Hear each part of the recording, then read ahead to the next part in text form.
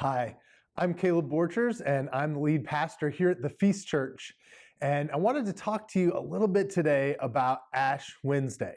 Now, before you keep on scrolling or maybe click away and think, that's really not for me, I don't practice Ash Wednesday, I'm not a Christian, that's not something that's part of my life, I would just tell you that it's not part of my life either.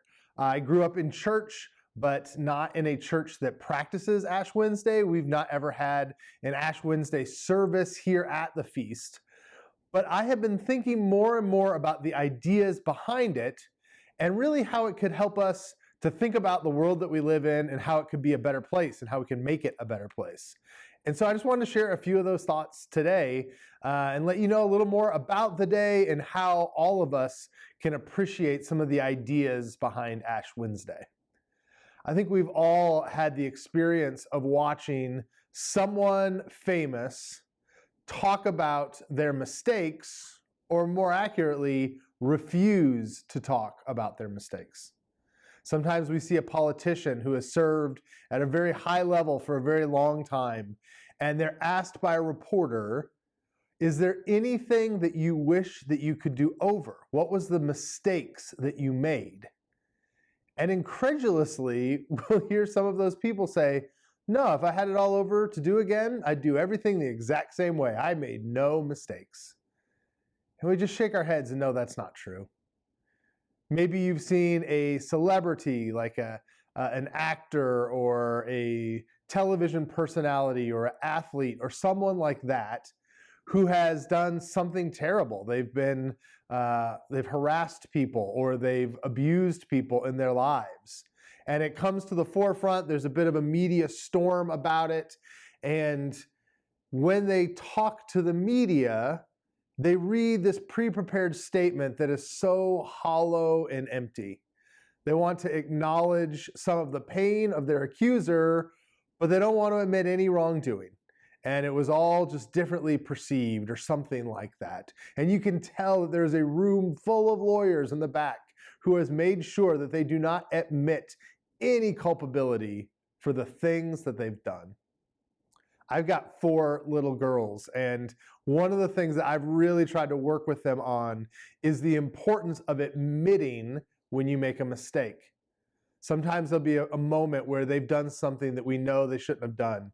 They've hit their sibling, or they've said something really nasty, or maybe they've broken something in the house or a toy, or just generally just behaved in a way that kids behave but is not appropriate and you have to talk to them about.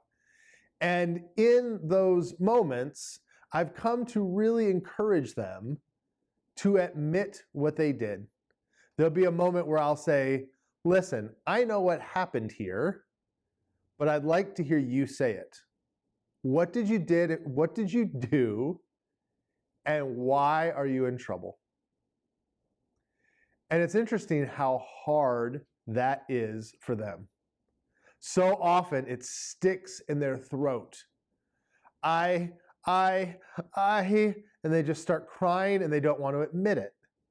Because even at a young age, we're taught this sort of pride in not admitting when we're wrong. In a world where so many people refuse to admit what they've done and how they've harmed others, refuses to come clean about the ways that they have messed up our society or someone else's life, it's really refreshing to think about the concept behind Ash Wednesday, which is to take a day to acknowledge 2 important things. They're both built around the idea of fallibility, or that we fail as people. The first of those things is I mess up. I make mistakes. In Christian terms, I sin. And we all can admit that. We all have our standards, even if you're not a religious person, even if you don't prescribe to, say, the Bible as your source for morality.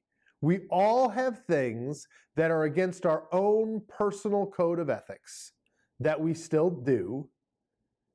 And we can admit, I fell short of my expectations for myself, much less bigger expectations like society's or God's. But even my own expectations, I have fallen short of.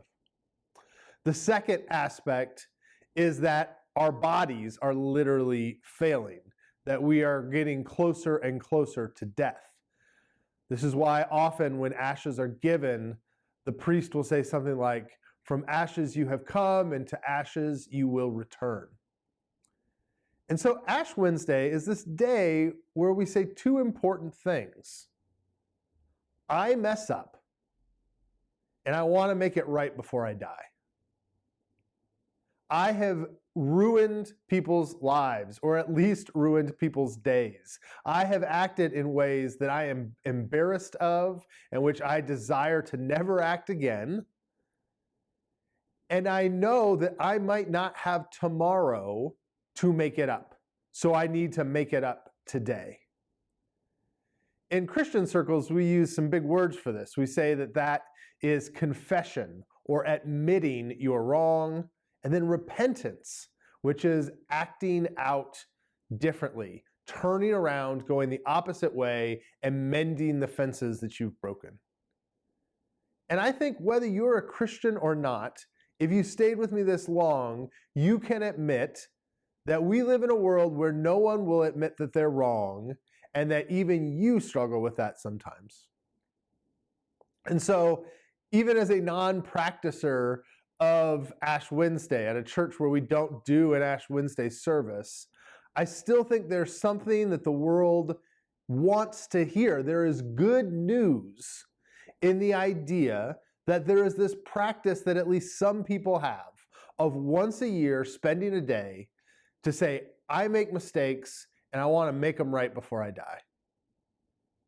It may be that you have been hurt by somebody who you wish would do this, that you wish that they would admit what they did to you and would try to make it right.